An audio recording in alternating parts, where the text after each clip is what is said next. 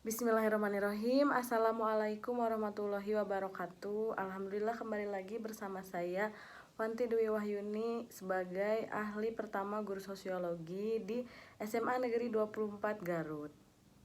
Pada video kali ini saya akan mencoba mengeksplor permasalahan yang baru yang terkini terjadi yang saya alami di sekolah mengenai pembelajaran ya. Seperti kita ketahui, sekarang pemerintah sedang gencar untuk melaksanakan program Roots anti perundungan.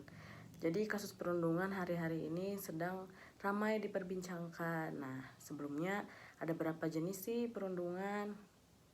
Yaitu ada 4. Yang pertama perundungan fisik, perundungan verbal, perundungan cyberbully, dan perundungan sosial.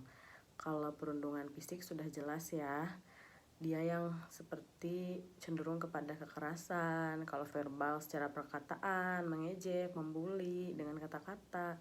Kalau cyberbully lebih kepada hubungan antar anak di sosial media yang akhirnya terjadi saling membuli. Kalau perundungan sosial, nah inilah yang akan saya kaitkan dengan permasalahan dalam pembelajaran hari ini. Jadi perundungan sosial ini biasanya tidak terasa tapi sering terjadi di sekolahan atau saat pembelajaran pun. Dimana perundungan sosial ini adalah ketika anak secara tidak langsung, contohnya itu mengucilkan temannya. Pasti sering kita jumpai di salah satu kelas, seperti yang saya jumpai, bahwa ada anak yang kadang dia secara tidak langsung, walaupun mungkin mereka tidak sengaja, tapi anak tersebut dikucilkan, tidak begitu ditemani, duduk sendiri.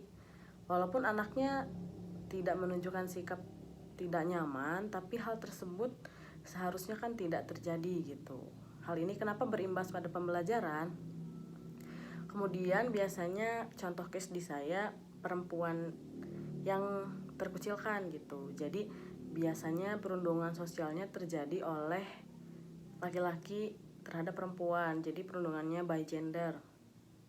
Nah, suatu ketika saya membagi kelompok dan harus kelompok kecil hanya 2 orang. Biasanya kadang kita membagi kelompok secara acak ya.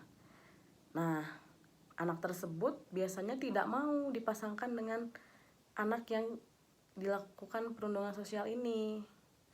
Kenapa sampai terjadi seperti itu? Setelah dianalisis, sepertinya anak tersebut tidak mau berkelompok dengan orang yang cenderung introvert, kurang berinteraksi, karena dia takut diejek oleh temannya sendiri. Biasanya kan malah dicie-cie atau misalnya ya dia tidak nyaman gitu berkelompok dengan orang tersebut. Sedangkan kita sebagai guru seyogianya tidak boleh membiarkan anak memilih-milih teman.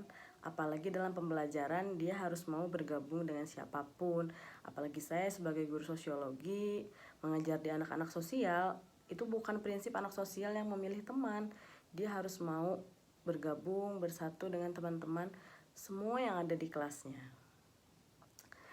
Hal tersebut tidak terjadi satu kali, ada di kelas lain pun sama. Dari mulai duduknya terpisah, di dalam satu baris hanya ada 1 anak atau 2 anak perempuan. Jadi cenderung yang lainnya membuat circle sendiri dan anak tersebut tidak ditemani. Kadang terlihat kasihan walaupun sebetulnya dia dalam pembelajaran akademiknya bagus. Dia semangat belajar, mau mengerjakan tugas. Nah, lalu bagaimana solusinya? Kebetulan di sekolah kami sudah ada agen perubahan. Nah, kami ini telah melakukan 10 pertemuan dengan agen yang mana sesuai program pemerintah dari Roots.